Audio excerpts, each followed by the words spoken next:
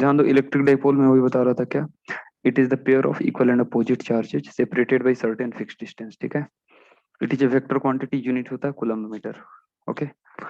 और डायरेक्शन किधर होगा, directed from minus Q two plus Q. मैं और पी का वैल्यू क्या होगा, मैथमेटिकली हम लोग कह सकते हैं क्यू इंटू 12। यहाँ तक कोई डाउट नहीं होना चाहिए, आई थिंक, ओके। हम लोग एक यहाँ पर कंसेप्ट बोलते हैं कि अगर किसी सिस्टम में नेट चार्ज जीरो है, किसी भी सिस्टम में अगर नेट चार्ज जीरो है, sum of the net charge, तो वो सिस्टम क्या रिप्रेजेंट करेगा बताओ, dipole. It is a combination of dipole.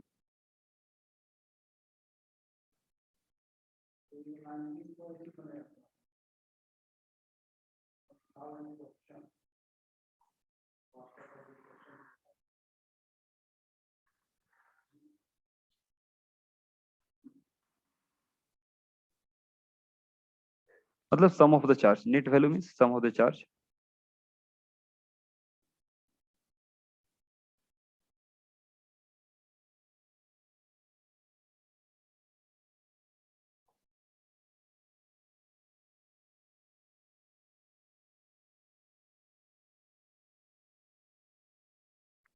Then system represents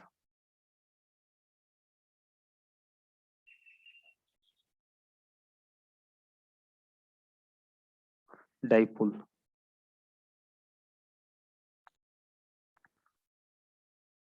मतलब कि वो कॉम्बिनेशन ऑफ डाइपोल है, ठीक है। बेटर है, डाइपोल की जगह हम लोग लिख सकते हैं कॉम्बिनेशन ऑफ डाइपोल।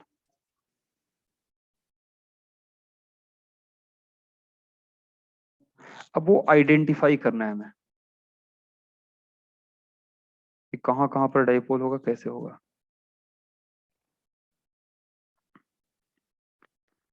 जैसे for example, and this example is a question also.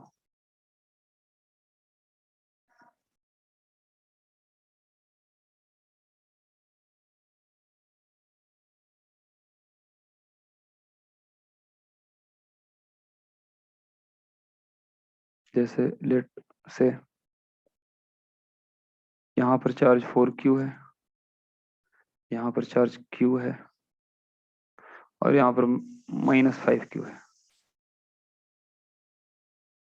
कुछ इसको पोजीशन दे दो -A0, इसको मान लेता हूँ A0, और ये 0A है। तो ध्यान से देखो, तो सिस्टम पर टोटल चार्ज कितना हो रहा है, +4Q प्लस Q, मतलब +5Q, और यहाँ पर -5Q। तो नेट चार्ज कितना हो रहा है, Q नेट इक्वल टू हो रहा है आपका -5Q plus 4Q plus Q, which is 0। मतलब कि सिस्टम रिप्रेजेंट्स, तो पहले तो आइडेंटिफाई करना कि डाइपोल होगा। अब ये पता चल गया कि ये डाइपोल है, तो हम लोग डाइपोल मोमेंट भी निकाल सकते हैं।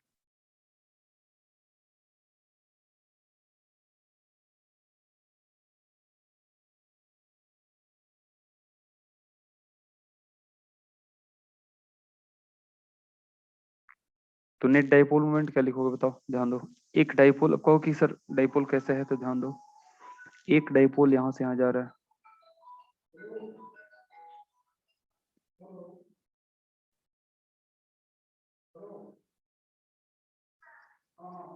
ये P1 है। हमने यहाँ पर -4Q लिया, ध्यान देना, -4Q, और यहाँ पर +4Q।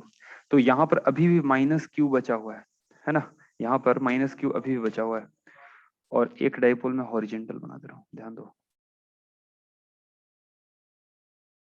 तो ये आपका P2 हो गया, जो -Q बचा हुआ था, और यहाँ पर +Q। ओके, समझ में आ रहा होगा, आई थिंक सिंपल है। तो P1 और P2 का वैल्यू हम लोग लिख सकते हैं। P1 क्या लिखोगे, मैग्नीट्यूड है 4Q, फाइनल पोजीशन क्या है AJ,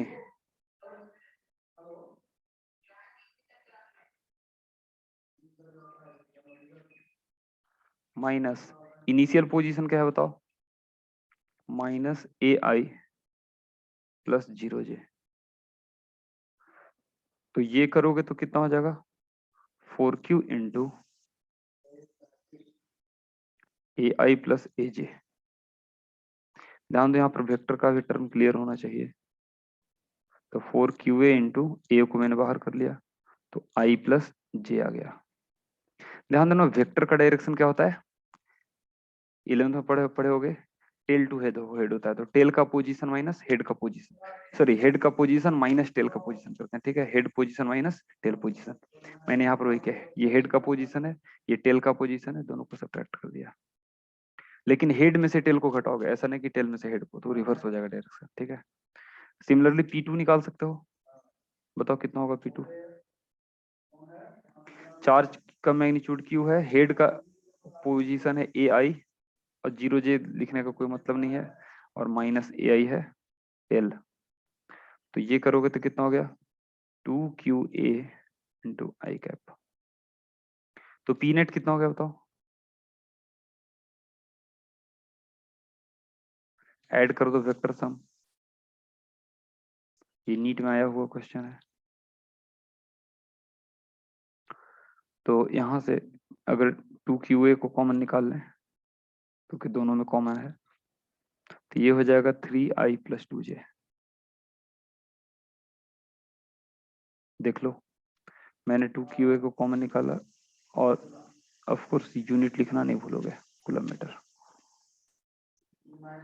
यहाँ 2 को मैंने अंदर कर दिया 2i प्लस 2j, ठीक है, ताकि 2QA को बाहर किया जा सके। तो 2QA बाहर कर लिया तो 3i प्लस 2j हो गया, ठीक है। वेक्टर में ध्यान देना, वेक्टर एडिशन में i को i के साथ ऐड करते हैं, j को j के साथ ऐड करते हैं, ये तो पता है ना। वेक्टर एडिशन में i को i के साथ ऐड करेंगे और j को j के साथ ऐड करेंगे, ठीक है। तो इस तरह से क्वेश्चन आपको पूछा जाता है।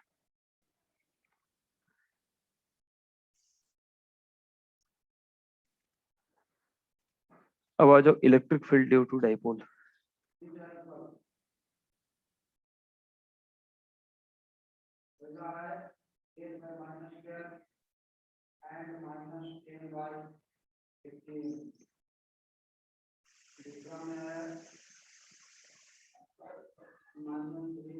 तो electric field due to dipole क्या होगा बताओ, डाइपोल के कारण इलेक्ट्रिक फील्ड कितना होता है। तो ये दो दो तीन कंडीशंस होते हैं, हम लोग एक एक करके डिस्कस करेंगे उसको। फर्स्ट कंडीशन ले लो on the axis of the dipole.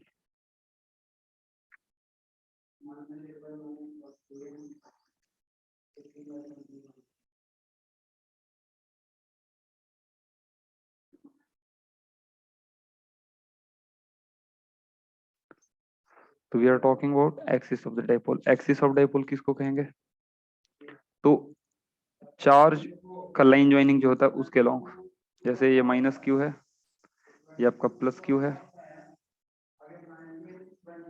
इनके बीच में सेपरेशन को 2l हम लोग लेके चलते हैं, 2l ही रखेंगे। तो इस पर लाइन ज्वाइनिंग इधर से ही ले लो।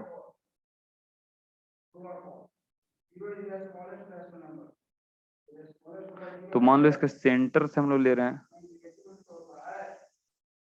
इसके सेंटर से पॉइंट जो P है, जिस पॉइंट P नहीं लेता हूं कुछ, मैं इसको A पॉइंट दे देता हूं। तो A पॉइंट जो है ये R सेपरेशन पर है, मतलब कि यहाँ से यहाँ तक का जो डिस्टेंस है दिस इज R,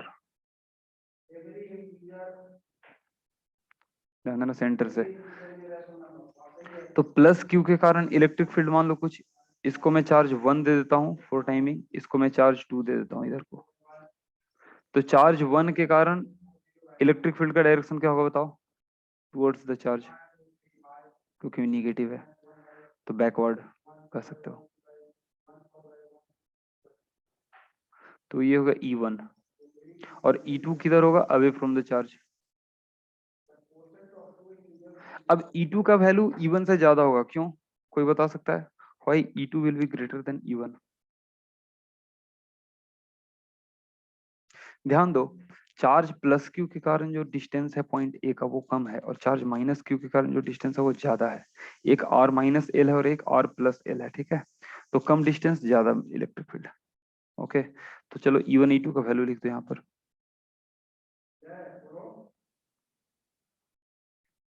के Q upon R plus L square, and E2 कितना हो जाएगा?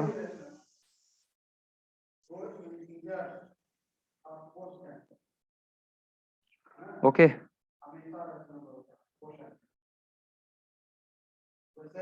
तो ई नेट यहां से हम लोग लिख लेंगे, अपोजिट डायरेक्शन है तो ई नेट क्या होगा? सब्ट्रैक्ट हो जाएगा, ठीक है, E2 माइनस E1 जिसका वैल्यू होगा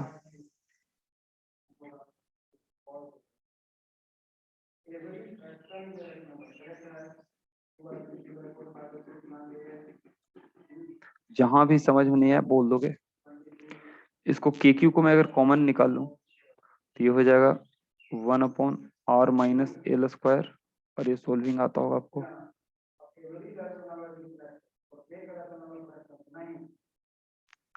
तो ये हो जाएगा, ध्यान दो एलसीएम लोगे तो ये हो जाएगा r+l² minus r - l² divided by r² - l² तो a+b² माइनस a-b² कितना होता है? 4ab।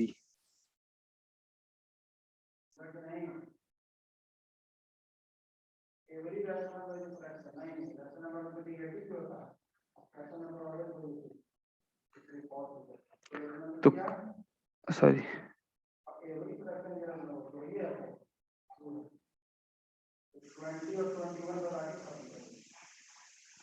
QL नहीं है, RL होगा। हाँ तो देख लो वैल्यू, Q इंटू 12 कितना होता है?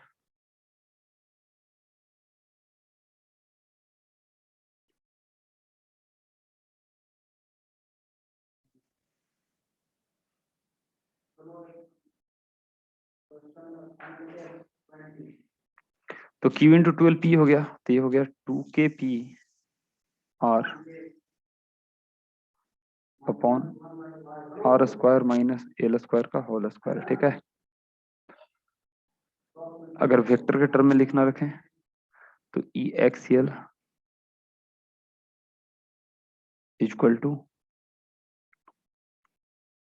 2kPR अपॉन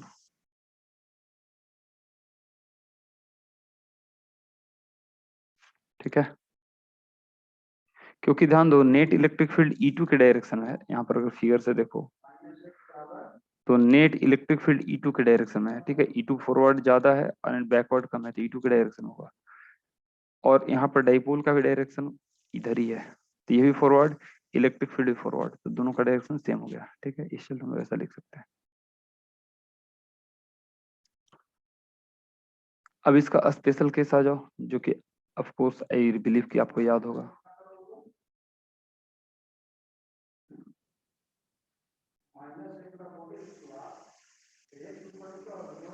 पहला आ जाओ, जैसे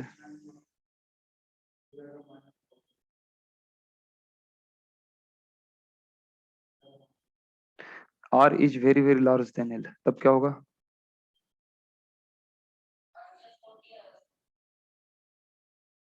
डिनोमिनेटर से P को हम लोग सॉरी R को L को नेग्लेक्ट कर देंगे, तो एक R कैंसिल हो जाएगा, ये हो जाएगा,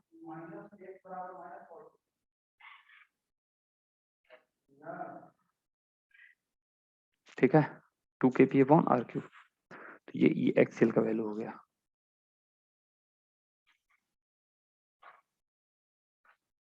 आई बिलीव कि यहाँ तक किसी को कोई डाउट नहीं है, या किसी को है बच्चों? No sir. कहाँ तुम बीच में भागे थे भाई श्रुति? वो मेरे को लगा कि आप रिकॉर्ड कर रहे हो इसलिए। नहीं, रिकॉर्ड तो मैं करूंगा ही, लेकिन एनीवे जैसा।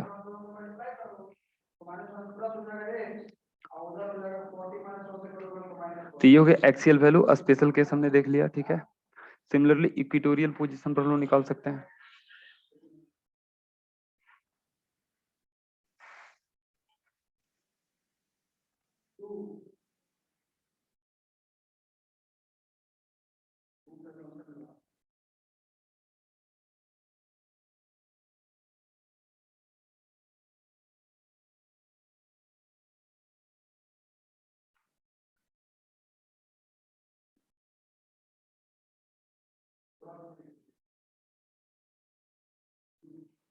ध्यान देना, डेरिवेशन बहुत इंपॉर्टेंट है, दोनों अक्सर पूछा जाता है।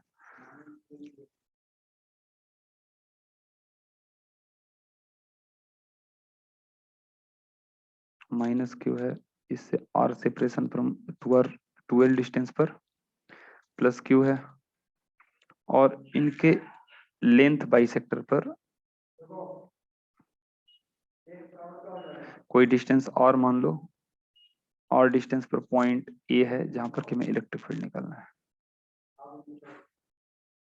तो ऑफ कोर्स हम लोग क्या करेंगे, इन दोनों को कनेक्ट कर लेते हैं।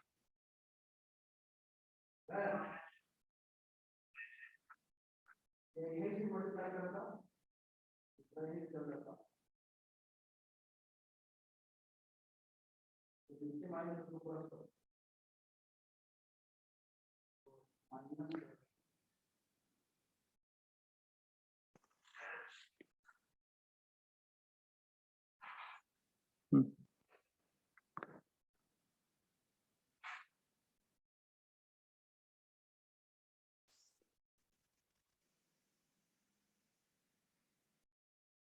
ए पॉइंट पर इलेक्ट्रिक फील्ड निकालना है, तो हम लोग क्या करेंगे, एक तो इलेक्ट्रिक फील्ड प्लस क्यू के कारण अवे फ्रॉम द चार्ज होगा,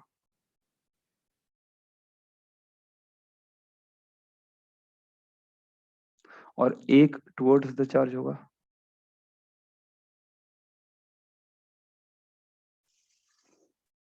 अगर ये एंगल को मैं थीटा बोलूं, इन दोनों को, क्योंकि सेम है दोनों एंगल, तो यहां पर भी दोनों के बीच एंगल कितना हो जाएगा बताओ, 2 theta.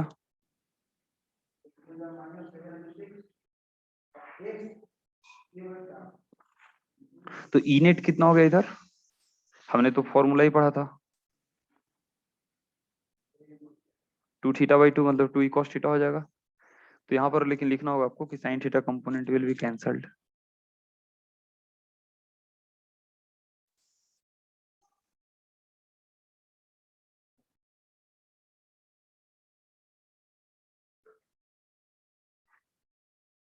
Component will get cancelled.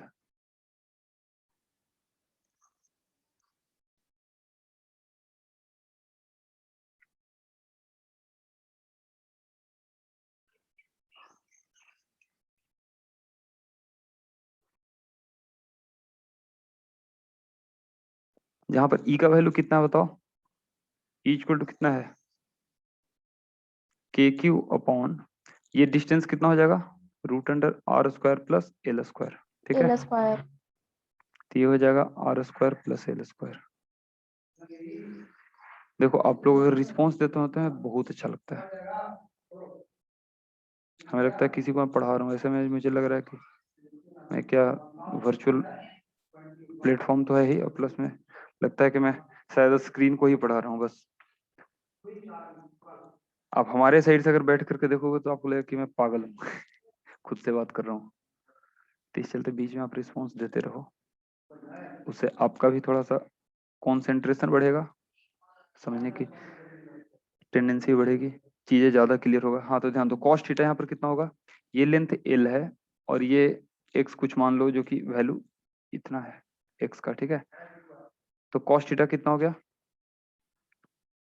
L by X. हाँ तो L by root under R square plus L square, ठीक है। तो ये अगर सबको एक साथ कर दो तो ये हो गया के 2QL upon R square plus L square, इसका पावर 1 था, उसका पावर हाफ था, ठीक है। 3/2 हो जाएगा। हाँ तो KP upon R square plus L square to the power 3/2। अब ध्यान दो, यहाँ पर डाइपोल का डायरेक्शन क्या है, माइनस क्यू से प्लस क्यू, ध्यान देना बहुत इंपॉर्टेंट पॉइंट, ये है डायरेक्शन ऑफ डाइपोल। और इलेक्ट्रिक फील्ड का डायरेक्शन क्या है, बैकवर्ड, मतलब कि दोनों का डायरेक्शन अपोजिट है एक दूसरे के, ठीक है। अपोजिट। तो इस चलते ई इक्विटोरियल की जब बात करेंगे हम लोग, जो अभी हमने ऊपर निकाला, so this is equal to K minus P होगा, ठीक है, upon R square plus L square to the power 3/2, ठीक है। अब यहाँ भी एक स्पेशल केस छोटा सा आएगा, फॉर अ स्मॉल डाइपोल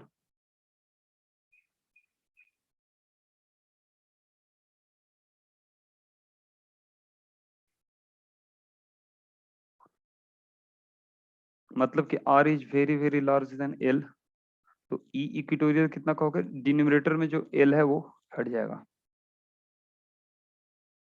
तो माइनस KP अपॉन,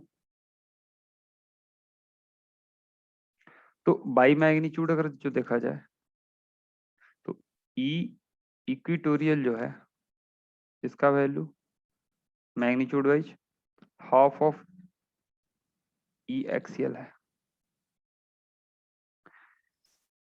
ध्यान दो, इसको समझो। अभी जो मैंने लिखा पहला चीज, यहाँ पर L को अगर हटाओगे तो R square to the power 3/2, R square to the power 3/2, तो 3/2 कैंसिल हो जाए और ये R क्यूब हो जा रहा है जो कि मैंने किया, R3 तो KP अपॉन R क्यूब मैंने किया। अब ये value KP upon R cube आया है, ध्यान दो तो, और उधर एक्सियल वाला कितना आया था देखो, स्मॉल के लिए 2 KP अपॉन R क्यूब, ठीक है। तो by magnitude V can say कि equatorial is half of axial by magnitude, direction अलग अलग है, ठीक है, लेकिन मैग्नीट्यूड वाइज इक्विटोरियल जो है एक्सियल का हाफ है। तो ये प्रूफ करने के लिए आता है, यू नो, आपको ये प्रूफ करने के लिए दिया जाता है। तो ये वेरी वेरी इंपॉर्टेंट इन्फॉर्मेशन है जो कि आपको याद रखना है। इस पर मैं एक क्वेश्चन ले लेता हूँ, उसके बाद वाइंड अप करूंगा इसका क्लास। बहुत अच्छा क्वेश्चन है, आप जरूर, I am expecting you to solve.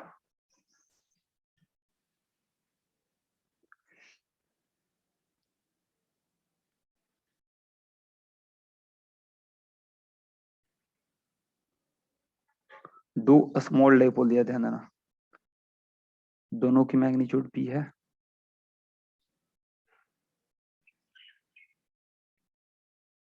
और दोनों के बीच में जो सेपरेशन डिस्टेंस है वो 2r है। ध्यान दो, यहां से लेकर के यहां तक का जो डिस्टेंस है, this distance is 2r, and A is a point which is mid point, ये आपका मिड पॉइंट है।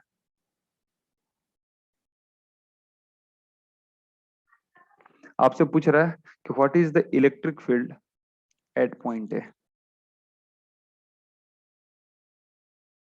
चलो बताओ। क्वेश्चन को एक बार फिर से रिपीट। फिगर बना लो, फिर मैं बताता हूँ फिर से।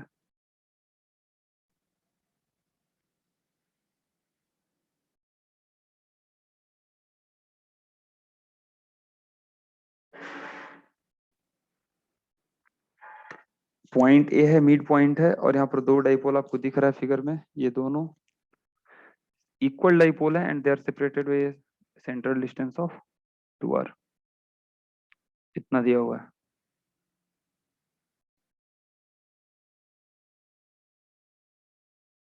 ये सेपरेशन डिस्टेंस इनके बीच में 2r है, ठीक है। तो पूछ रहा है कि मिड पॉइंट ए पर इलेक्ट्रिक फील्ड कितना होगा, दिस इज द क्वेश्चन।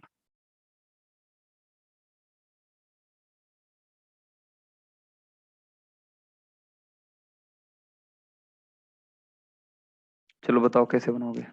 तो ध्यान दो, अगर मैं डाइपोल को 1 और 2 से आइडेंटिफाई करूं, इसको मैं डाइपोल 1 दे दूं और ये डाइपोल 2 दे दूं, तो पॉइंट ए है डाइपोल 1 के लिए क्या है, एक्सियल पोजीशन है। ध्यान से देखो तो, डाइपोल 1 के लिए पॉइंट ए एक्सियल पोजीशन है, और डाइपोल 2 के लिए पॉइंट ए जो है इक्विटोरियल पोजीशन है। देख सकते हो ध्यान से, अगर आप कनेक्ट करने का प्रयास करो तो आपको दिख जाएगा। परपेंडिकुलर बाइसेक्टर पर हो गया, इसके लिए देखो एक्सियल पॉइंट हो गया, ठीक है। तो अभी हम लोग फॉर्मूला देखे, एक्सियल वैल्यू क्या होता है, इक्विटोरियल वैल्यू क्या होता है। तो एक्सियल के लिए एलोंग द डाइपोल कितना वैल्यू होता है, याद है किसी को?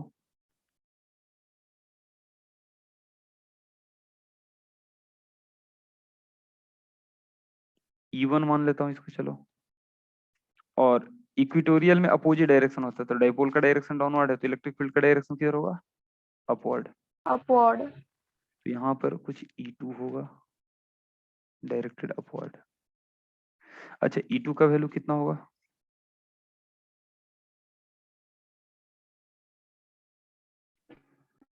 E1 हमने अभी पढ़ा था कितना, magnitude 2 kp upon r cube, and E2 का मैग्नीट्यूड भी हमने अभी पढ़ा कितना,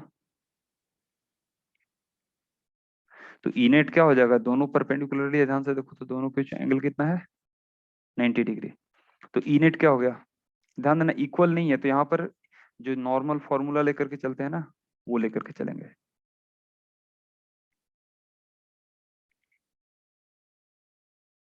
कौन सा, E1 square plus E2 square plus 2 E1 E2 cos 90, cos 90 zero हो गया, तो फाइनली हो गया root E1 square plus root E2 square. तो हमने KP बाई आर क्यूब इसमें कॉमन दिख रहा है, तो हम इसको बाहर कर लेंगे, इधर हो गया रूट अंडर 2 स्क्वायर और उधर हो गया रूट अंडर 1 स्क्वायर, तो ये हो गया,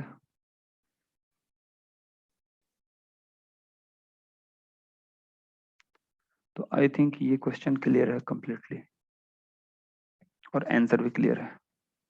के का वैल्यू डाल सकते हो, तो ई नेट का वैल्यू हो गया, लास्ट में आप आंसर में जरूर, it's better to put the value of के।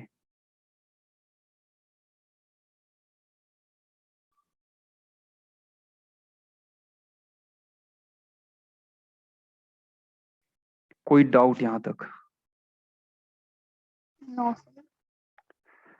ओके चलो आज का क्लास इतना ही, आप थोड़ा सा पढ़ करके इसको रखोगे ठीक है, तो अगले क्लास हम लोग और डिस्कस कर पाएंगे। Will go ahead of the electric dipole, थोड़ा सा देखेंगे कि इलेक्ट्रिक डाइपोल अगर यूनिफॉर्म इलेक्ट्रिक फील्ड में हो तब क्या होगा। आई बिलीव कि आप लोग थोड़ा बहुत तो खुद से सेल्फ स्टडी किए ही होगे, एंड विल डिस्कस अहेड, ठीक है। Okay sir.